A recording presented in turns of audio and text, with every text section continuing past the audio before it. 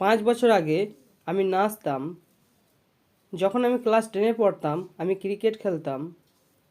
তোমার খুব ভোরে হাঁটার অভ্যাস হয়ে যাবে। আমার গান শোনার অভ্যাস আছে।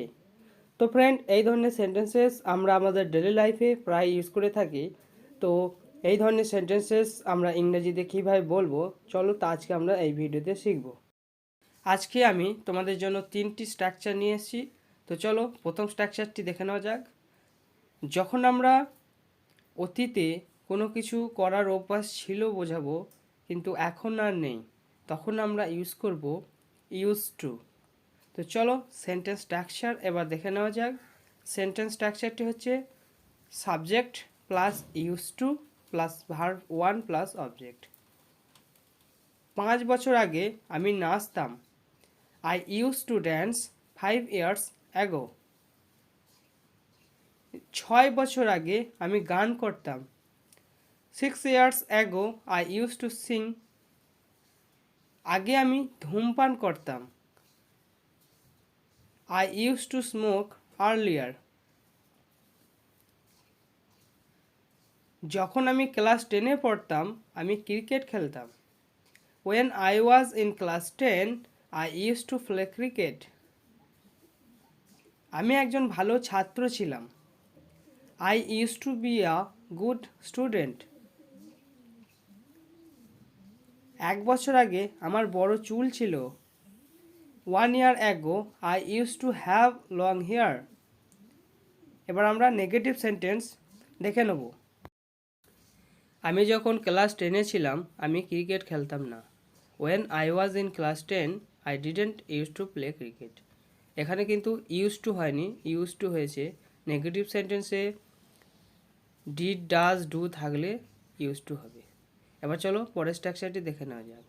কোনো কিছুর অভ্যাস আমাদের নেই কিন্তু অভ্যাস হয়ে যাবে বোঝাতে আমরা ইউজ করব gate use two.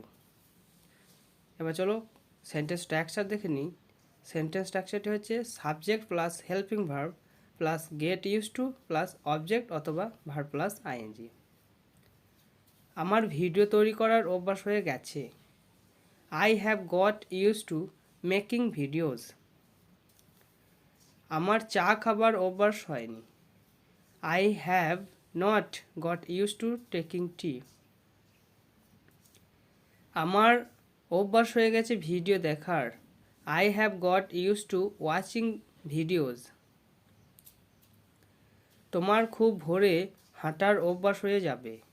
You will get used to waking up early in the morning.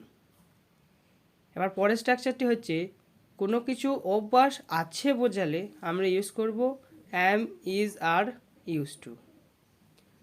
Sentence স্ট্রাকচারটি হচ্ছে subject plus am, is, are plus used to plus object অথবা ভার্ব প্লাস আইএনজি। তার প্রতিদিন হাঁটার অভ্যাস আছে। He is used to walking daily. আমার cycle চালানোর অভ্যাস আছে। I am used to cycling.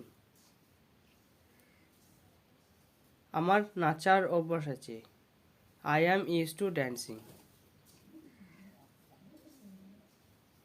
আমার গান শোনার অভ্যাস আছে। I am used to listening song.